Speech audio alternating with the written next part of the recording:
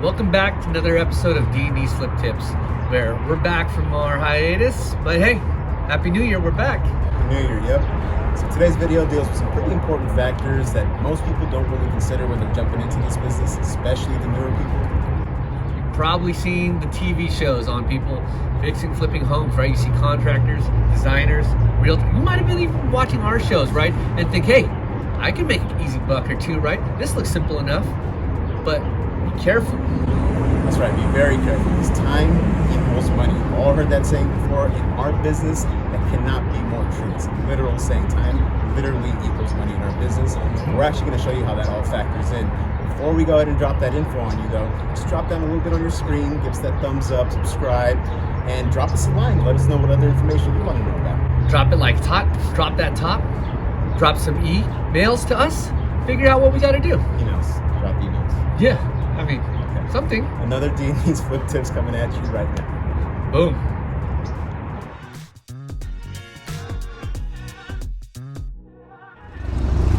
So there's a huge cost of time that people simply miss factoring in.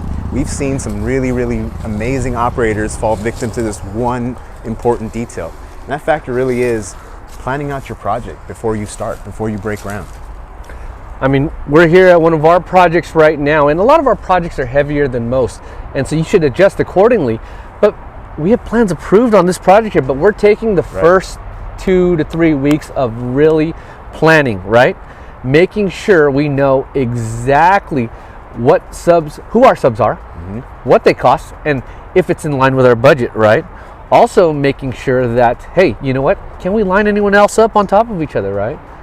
And the other thing, the most important thing is just to make sure once you get started, not to lose momentum. That's huge. Because momentum lost is money lost, right? When you get things rolling, you just want to keep it going, right? Yeah, I mean, if you lose momentum, your sub could now end up waiting and now start another project. Now you got to start this whole thing over again. Now you got to find another sub, and hopefully that sub fits in the budget and fits in your timeline. Yeah. So it ends up being a huge snowball effect that really gets out of hand. Yeah. And Gantt charts, right? If you're not familiar with that, it's basically a construction timeline. So you know what is going on with the project, when, right? And what trades you could help line up together. So now I'm gonna hit you guys with a little bit of modern day philosophy. So it's not just flip tips. This is your next Instagram caption. Okay, Plato. Oh yeah, Aristotle even. Okay. Projections are a pipe dream unless performance precedes it. Now let that sink in for you. It's a wrinkle in my brain.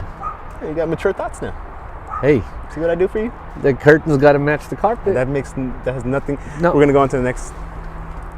See you soon.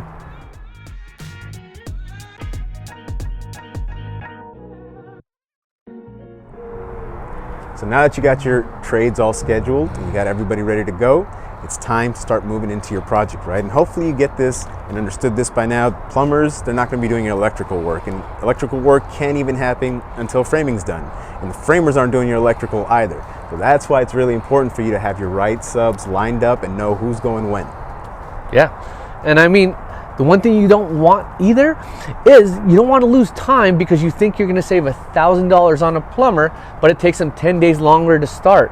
So if you don't understand your cost of money, what it costs you every day, you may not actually be saving $1,000. It may cost you exactly the same thing, but you've lost your momentum. You've lost your time. So really understanding what your cost of money is daily, hourly, whatever that may be, and really figuring out, hey, am I really saving money here? A lot of people don't know that. You know? No, it's really important. I mean, and part of that is also scheduling your materials to make sure they land at your project on time, so your subs aren't waiting for things to get here before they can start their job.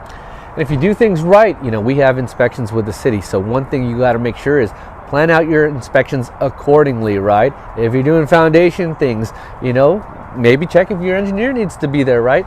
Coordinate everything so that your workers and your time and your appointments don't overlap, mix and match, and lose a day here and there. So, and all that coordination should be fairly simple if you've got the plan together and if you've already done the Gantt chart and understand your schedule. It all coincides and it all lines up perfectly that way. Now, once you've got all that together, you got your schedule, you got your subs, you got all of them lined up, your work's not over. There's still more work to do and more things to be aware of, and that's the next point we're gonna hit you with. Hit us. Boom.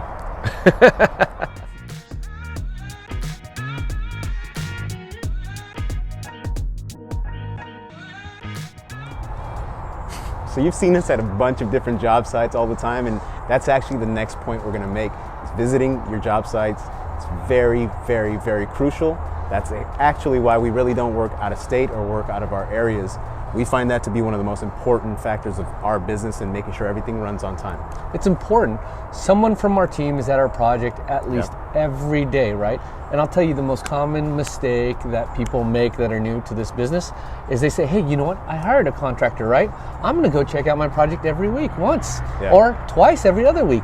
And I'll tell you a story about when we first started, right? We had that same thought process in a week or 2 weeks or whatever it is we visited. And I remember going there and I was thinking, no one's there. Why? And then I went back in a week and I was like, there's one person here at 10 a.m. eating lunch. Why? It's not much right? It's such, you catch so many things wrong with what's happening with your process. And these are things that you could recognize how to remedy either A, with the contractor or your subs, right? So visiting the project consistently is key, right? Making sure that you have enough people working on it, moving the project along, moving the needle along, so you're not paying all this extra expense, right? For time. That's right. I mean, that goes back to that philosophical saying that I hit you with earlier. You have the plan and you have all that together, but is the action actually happening per plan? And that's what you're going to find out when you go to your sites. Yeah. And just because you have a contractor on board, you can't trust them if he's not sharing profit with you, right? What are they really invested in? Go visit them every time, right? Hire a project manager if you need to. That's a third party that'll make sure that things are moving along. All that's good and all, and it really should be on your project manager or foreman or GC to be making sure the schedule is being met. But at the end of the day, this is your money, your credit, and your neck on the line. So it's up to you. Boom. So we're back at our headquarters, back in our office, and back in Dennis's podcast room with the non-attached microphone. Hey, fake it till you make it. Sure. So listen, just to quickly recap, right? We've gone over a couple of projects and we've gone to them and explained why time equals money, right? So if you're doing everything right, you got a plan together, you've got your subs and trades bought out, you're hitting your properties, you're hitting your site visits, you're making sure everything's moving along the way it should be as per plan. What you really should also be doing in the back end of this is pre-marketing. And we kind of talked to you guys about this on the signage video, and hopefully you got some information off of that. But the great thing about pre-marketing, besides saving money on realtor expenses or commissions, is the fact that you can save on interest if you sell it fast or faster than you thought you would. We've sold probably 7 of our last 10 projects off market. I mean, as crazy as this real estate market is right now, we've sold them off market. Pre-finished. Not even, Yeah, 80 to 90% done. finished. Does that make sense? Not done. But that's how hot our product is. And we do finish it but the deal got done pre-finished, just to be clear. Don't get it twisted. Yeah. But no, you're right. But what people don't understand is that we save ourselves at least 3 months of marketing, of escrow, whatever it is. 3 months of interest. Just 3 months of interest alone, what is that? 3 months of interest projects alone on our average home where we're in 1-1 or whatever it may be, it could be anywhere from 25 to 30K that we saved because we pre-marketed, we did what we needed to do. So we understood what time saves us. Yeah, we could have potentially got a higher offer, but we took what was solid and what closed quickly so we could take our money and run it back to the next one, right? And the reason we were able to figure that out and take that offer is because we understood our cost of money and our cost of time and understood what each day costs us. So factoring all of that in, we understood we could actually end up with a higher return selling it faster, not at the top number. Bingo, bango, bongo. Has nothing to do with this at all. But now that you understand, okay, you can do pre-marketing and all of that, we've said a lot about knowing your costs and what cost of money really is. So what is that? Let's explain that a little bit. Cost of money. I mean, you got to understand the money that you're borrowing or the money that you are using, whether it's construction or for the purchase price of your home. Right. Let's say you buy a home for 9, right? And you get a loan for 800K. You get a construction loan for 200K, right? You're actually in 1-1, but you have a loan of $1 million, right? $1 million. And if you're getting a hard money loan, it could range anywhere from 8 to 12%. So let's just keep numbers round. Let's use a 10% loan, right? 10% loan on $1 million annually is $100,000 a year in interest, right? If you were to break that down, what your cost is monthly, it's roughly $8,000, what is it, $333, Are you doing that right? in your mind right now, or did you I carried the one. I carried the one. That's So- usually does it. Yeah. Yeah, right. So that's your monthly cost, right? And what is the daily cost on that? All you got to do is take that whole number. So you can take that 100K and divide that by 365. But don't count leap year sometimes. It's messing with you. Anyways, Great point. right? The daily cost is $273 a day, right? This is just your interest cost, right? So we're actually going to tell you about a few more costs that people don't even factor in. It doesn't even include all the other things. Exactly. This is just interest costs. So $273 a day. Remember what we talked to you guys before about, hey, you know what?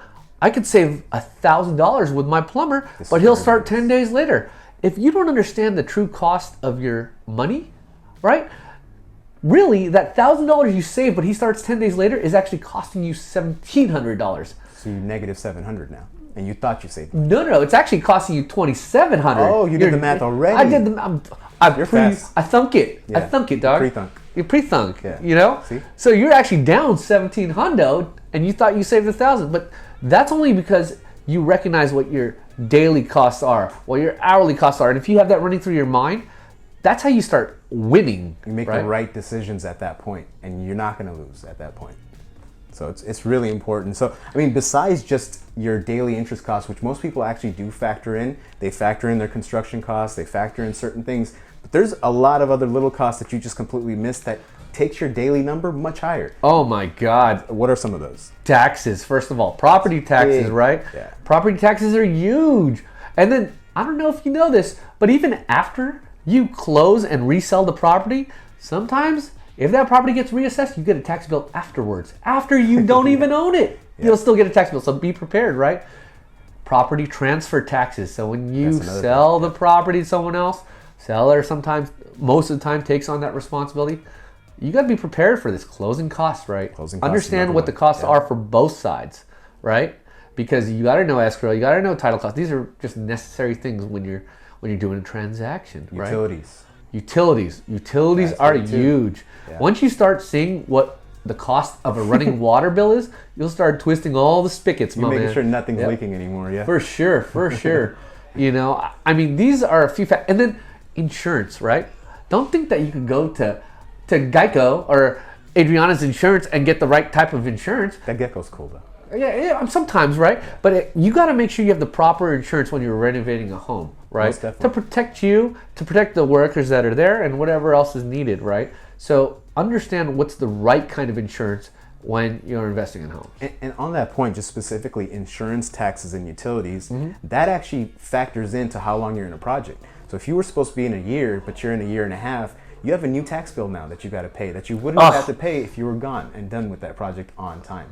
All these things really start to add on and change entirely what your return should have been. Oh my God, Tito Sam will be at your door. I don't know. That's Uncle Sam. Tito is uncle in Tagalog, but yeah, I got it now. Anyways, know the cost of your money, right? Most definitely. Knowing the cost of your money is very important. This pretty much is why. So understand these smaller factors, calculate those within there, and get your project done as soon as you can and get it done right. Boom. That's everything for you. Oh, the boom meant that's everything for you. Bye. Thanks for tuning in. And, one thing we want to remind you is hopefully you got a few golden nuggets, but remember, time is money and every moment counts. So when you're on your projects, stay ready. Every moment counts. Sound like a Hallmark card there. That was nice. I'm trying, everyone has their quotable moments. I had a couple on this one, definitely. I know. No, but just to recap real quick, we told you guys about make sure you have a plan, make sure you got your subs and people bought out, make sure you're visiting your properties, make sure you're pre-marketing. I mean, all of this just comes into making sure that the return you're expecting comes back faster, hopefully, and comes back even larger than what you were expecting initially. And that's really what we're just talking about here. These are the common tips, right? The common sense things that most people should know, but most people don't do it, I mean, hearing the little things and applying them is what's most important, right? So remember, 2022 is everyone's year. You just got to go out and take it.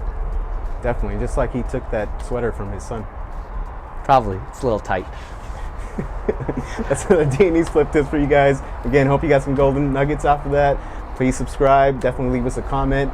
Tell this guy how much you love him, because he needs that positive reinforcement. Be ready for the next one. We love you guys. Boom. Peace out.